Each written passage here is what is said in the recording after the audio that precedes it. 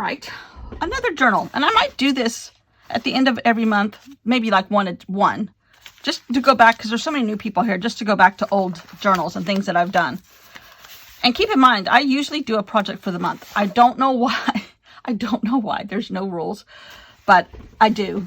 I usually start at the beginning and finished at the end. This is one I did at the beach. This journal is it was actually an exhibition pamphlet for my husband for a convention that he had to do. And I stole a couple of the brochures. In fact, you can see that there's two, and used them as signatures, and then made a journal out of it, because why wouldn't you? This is a piece of sketch paper that I just painted abstract stuff on for no reason, but it turned into a journal. This is section 1, and this is called The Aquatic Archaeologist. Another little story that I came up with. These are just two I pulled off the shelf. This is a deli paper that I painted a palmetto tree on, and it was so pretty. Oh, here's the convention. Hotel, Motel, Restaurant Supply of the Southeast, 2023. So this was last year. I think this was right after we got there, so it was sometime in September, probably. Anyhow, this is deli paper that I painted a tree on. This is my table of contents, which I did on the computer. Introductions. This was about a girl who, I don't think I have a story through here. I just have thoughts in my head. She was a mermaid. She thought, but she was also an artist, but she was also an archaeologist, I think. So there's just a lot of mixed media. I added paintbrushes that I got out of a magazine from somewhere. That's a dictionary page. This is all mixed media. Oh, I do have a couple little stories here. That's the Golden Gate Bridge and the Pyramid Building. And a lot of washi tape cluster stuff going on here. And painted underneath and painted underneath. Who is Sarah Sloth? This was the character. I love a sloth. A sloth is my spirit animal. What does a girl who loves the beach, history, and digging in her sandbox do with her life? She grows up to be an archaeologist with a focus on coastal environments. That's what she is. She's not a mermaid, but she kind of blends in with mermaids. These were a bunch of women artists that I kind of used as the base and kind of put stuff over it. Where is she from? Sarah was from Big Sur, California, go figure. This is a small coastal town encased in fog, seaweed, sea otters, and a coastal mountain range. That is all very true. Oh. So is Kay Fassett, by the way. He's from Big Sur. Famous archaeologists. The women, oh, these were famous archaeologists. The women, oh, that's right. Okay. This was the art. This was the story about this page. That's right. So that makes sense. Okay. So she might be a coastal archaeologist, but she also could be a mermaid. And here, she was from Big Sur, which is south of San Francisco, down south of Monterey. And these are famous women archaeologists that I used as their base and then put art over it. Art. Famous archaeologists. The women who advanced the study and field of archaeology in a time when men were the primary people in the field, and for that matter, the advanced education level. And she was inspired by them. This is seagrass from in front of our beach house. And I have brush, journal, shovel, and a magnifying glass. Sarah's tools. Those are all her tools. Not far from Sarah's side are her favorite tools. Her rucksack found at a Paris flea market, her field notes, her pen, and her journal where her created notes live, and her tools. Then this is a bottle. I remember this has something. The bottle. After a very strong hurricane, Sarah found a bottle washed on shore. After a day of trying to pry it open, she finally got inside. To her surprise, a map and a half-destroyed note fell out. Oh, that's right. This was the note that she found. And it has 100. Then some of the note is washed out by the sea. But I was trying to make people figure out what the note said. I was giving them clues. Mid last year, Sarah found a map and a bottle. The map showed an X in Myrtle Beach, South Carolina. That's where our beach house is. There was also a tiny note tucked inside a bottle. The map is the biggest clue, so let's head to Myrtle Beach. So that's kind of where the story, I think that's where the story heads. Tent. And a beach house stamp. Journal basics. Boxes with frames, watercolor title spots, tiny drawings in margins and color backgrounds, and an occasional picture. That's how she does her journal basics. Oh, wait a minute. Oh, this is her journal basics. I skipped a page. Hold on. Her tent. Housing. I travel with a pop-up tent. It was made for me in Cairo. I had it stenciled with a beach house, so no matter where I am in the world, I feel like I'm in a beach town. That would be fun, wouldn't it? And then this is her journal basics. There's all kinds of stuff on here. Camera. Assigned to the beach. If found, return to Sarah Sloth. SSAA, Sarah Sloth, aquatic archaeologist at gmail.com. I don't think that's a real thing. I don't think so. If so, I'm so sorry, Sarah Sloth. Creatures, objects, people, weather, GPS, how many fossilized. Oh, this is her notes to herself, how she makes her journals and documents things she finds. Then this is a chapter on obstacles. So this was the introduction. Section, introductions. This is the obstacles section to her job. This is weather. Weather. The rain can wash away tiny objects, can fill a hole before you're ready for it to be filled. The heat can cause exhaustion. The fog can make your supplies moldy. Some of the obstacles she runs into. Then there's that ever-dreaded beach beetle, otherwise known as the leopard beetle. If bitten, you will hop on a right foot uncontrolled. If he bites you, beware those. Did you know bugs can invade? I spelled this wrong. Did you know bugs can invade a dig site? Little ones bring big ones. South Carolina is famous for palmetto bugs. True. They have been around since dinosaurs. True. Beach beetles bite and then cause you to hop on your right foot uncontrollably. And then there could be curses to your sites. Curses. Many of the places I set up my tent around the world have different types of beliefs.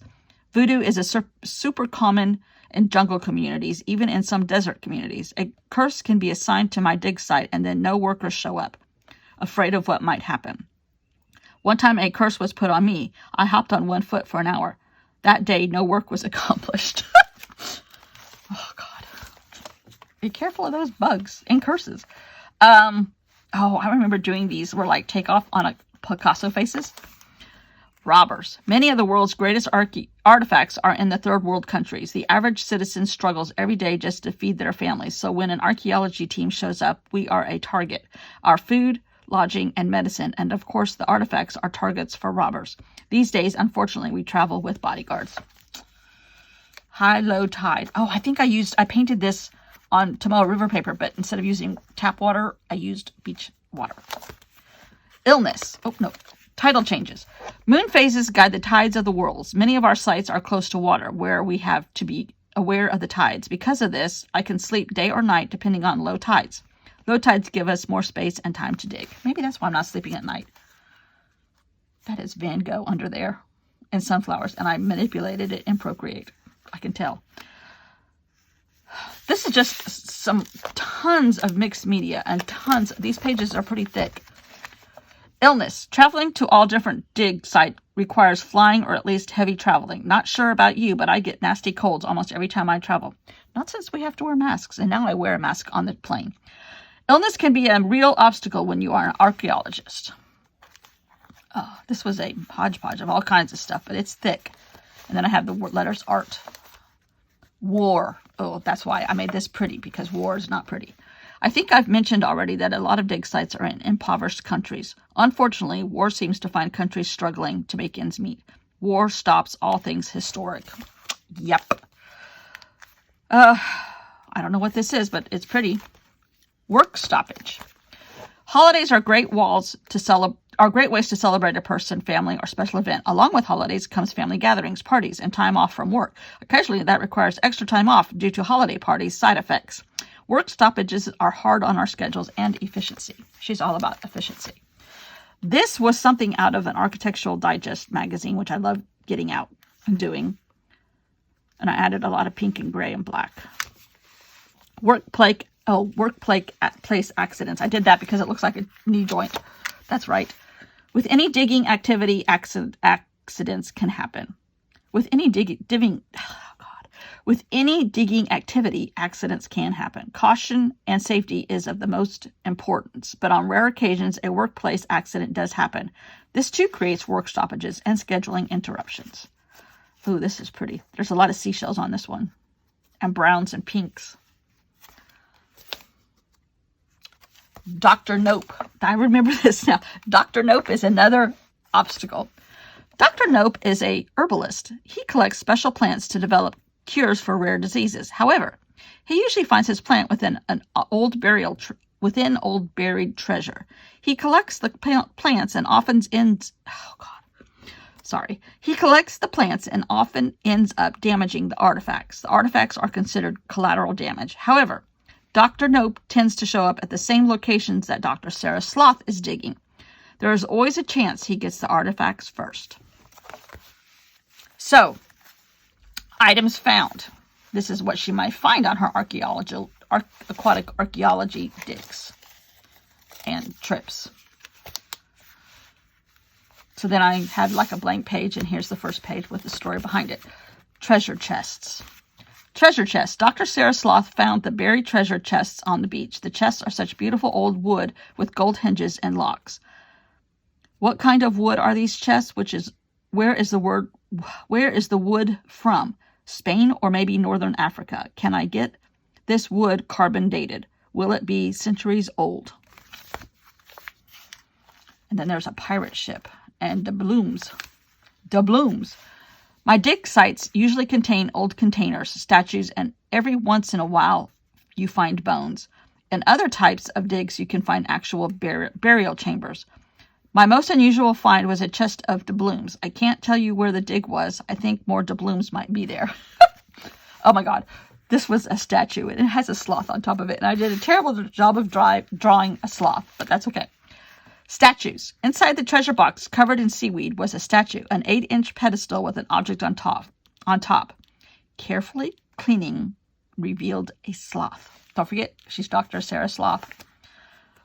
A grid, which I love making. Oh, these are jewels. The sand around some of the objects was lumpy. After further digging, Sarah found shiny, faceted jewels. The stones that have been polished and cut. How old and when?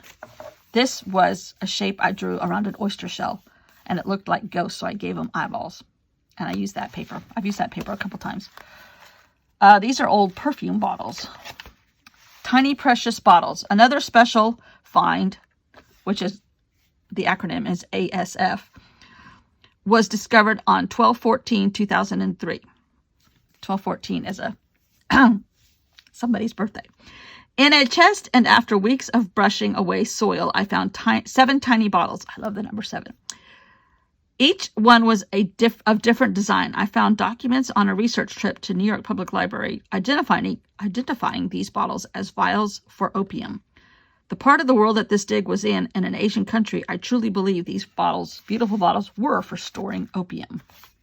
Museum life. Now, as an archaeologist, she has to deal with museums for her artifacts, which is usually where they go. Archiving. Dating, location, species are not my strong skills, so I keep a tiny notebook that my found items are documented in as soon as I find them. Sometimes the item turns out to be something else once completely uncovered. Oh, these are all...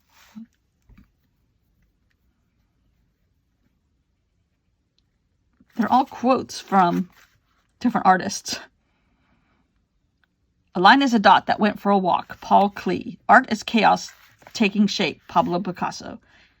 Learn the rules like a pro so you can break them like an artist. Pablo Picasso.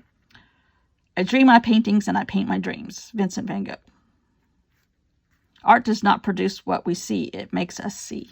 Paul Klee. He was pretty smart. Inspiration exists, but it has to find you working.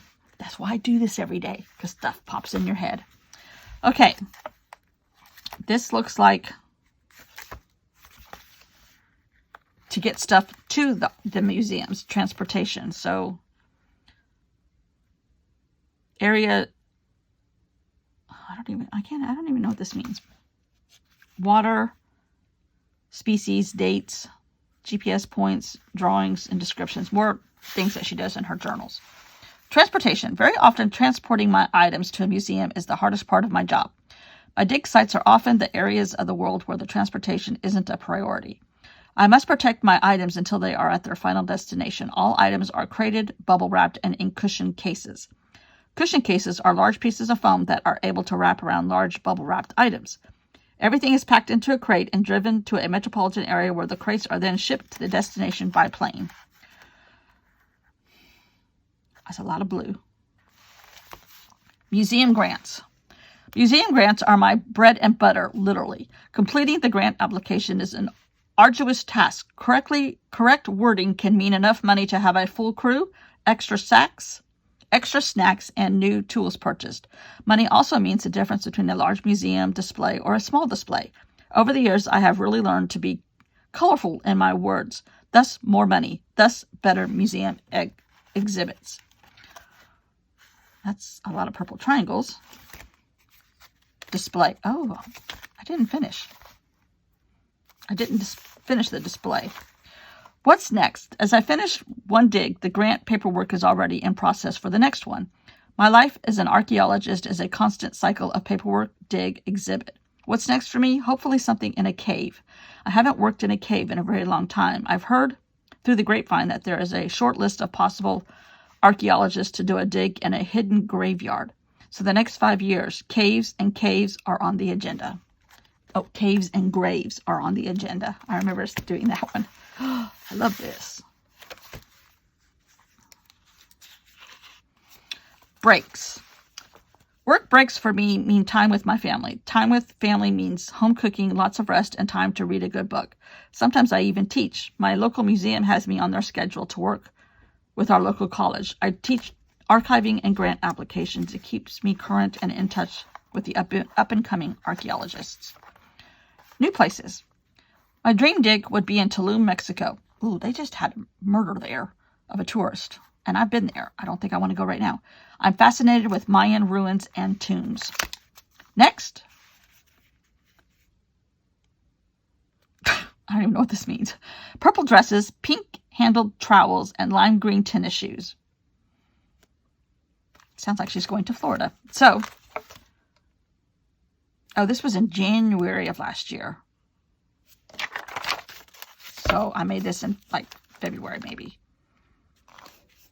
And that is 2 journals for no reason, but a lot of fun and a little story, sometimes making sense. Oh, so what did the treasure map say? 100 miles from Colombia, 3 feet high, 3 feet at the beach on high tide. There's a buried treasure somewhere. So I love making this stuff for no reason. Sometimes I write stories, sometimes I don't. Sometimes the stories don't make a lot of sense, but they're okay. It's just fun.